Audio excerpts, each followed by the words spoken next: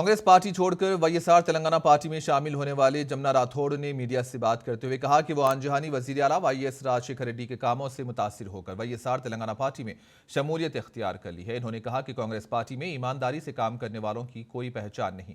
इन्होंने आने वाले दिनों में हल्के असेंबली येल्लारेड्डी में वाईएसआर तेलंगाना पार्टी को मजबूत करने के लिए काम करने का ऐलान किया। इस मौके पर दीगर भी मौजूद थे।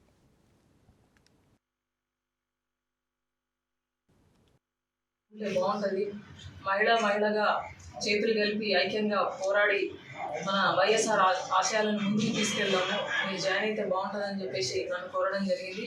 నేను అన్ఎక్స్పెక్టెడ్గా కనీసం నా కార్యవర్గానికి కూడా ఇన్ఫర్మేషన్ ఇవ్వకుండా సడన్గా జాయిన్ అయినప్పటికీ నేను ఎలాంటి నెగిటివ్ రెస్పాన్స్ వస్తుందో నా కార్యకర్తల నుంచి అని చెప్పేసి చాలా భయపడ్డాను. కానీ నాకు ఇమ్మీడియట్